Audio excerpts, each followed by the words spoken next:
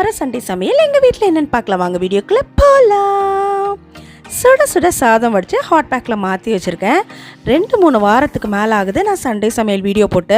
பிள்ளைங்களுக்கு எக்ஸாம்லாம் முடிஞ்சு லீவில் எங்கேயாவது வெளியே கூட்டிகிட்டு போகலாம் அப்படின்னு சொல்லிட்டு ரீசெண்டாக வந்து பொள்ளாச்சிக்கு போயிருந்தோம். நிறைய இடங்கள் அங்கே சுற்றி பார்த்தோம். ஒரு 3-4 நாளுக்கு மேலே வந்து 3 வேலையுமே காலையில் மத்தியானம் நைட்டுன்னு சொல்லிட்டு வெளியே அவுட் சைட் ஃபுட்டு தான் சாப்பிட்டோம். விதவிதமான ஹோட்டலில் தேடி விதவிதமான சாப்பாடு சாப்பிட்டாலும் என்னோடய ஹஸ்பண்டும் பிள்ளைங்களை வந்து எப்படா வீட்டுக்கு போவோம் அப்படின்னு சொன்னதை விட எப்படா வீட்டுக்கு போய் நம்ம வீட்டு சாப்பாடு சாப்பிடுவோம் அப்படின்னு சொல்லிட்டே இருந்தாங்க. காரசாரமே இல்லாமல் சாப்பிட்டோமா, நல்லா காரசாரமாக சாப்பிட்ணும், நாக்கெல்லாம் செத்து போயிடுச்சு அப்படின்னு சொல்லி என் பிள்ளைங்க சொல்லியிருந்தாங்க. இன்றைக்கி வந்து பார்த்திங்கன்னா நல்லா தக்காளி ரசம் வச்சுட்டு சிக்கன் கிரேவி தான் பண்ணியிருந்தேன். நல்லா பெப்பர்லாம் தூக்கலாக போட்டு.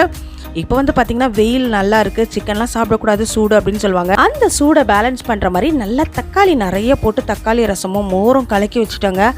அதுக்கப்புறம் பார்த்திங்கன்னா காடை வந்து என்னோடய ஹஸ்பண்ட்க்கு ரொம்ப பிடிக்கும். அதை ஃப்ரை பண்ணால் ரொம்ப பிடிக்கும் அப்படின்னு சொல்லிட்டு காடையை வந்து சிக்கன் 65 ஃப்ரை பண்ணுற மாதிரி ஃப்ரை பண்ணி வச்சுருந்தேன். இன்றைக்கி வந்து பார்த்திங்கன்னா மதர்ஸ் டே பிரியாணி செய்வோம் எப்போவுமே வருஷம். இன்றைக்கி வந்து பார்த்திங்கன்னா பிரியாணி சாப்பிட்டு போர் அடிச்சிடுச்சின்னு சொல்லிட்டு இந்த மாதிரி ஒரு சிம்பிளான லஞ்ச் தான் எங்கள் வீட்டில் சாப்பிட்டோம். இந்த வீடியோ உங்களுக்கு பிடிச்சிருந்தா லைக் பண்ணிக்கோங்க. இந்த வீடியோ பார்த்துட்டு இருக்க எல்லா தாய்மார்களுக்கும் wish you a happy Mother's Day. Thanks for watching.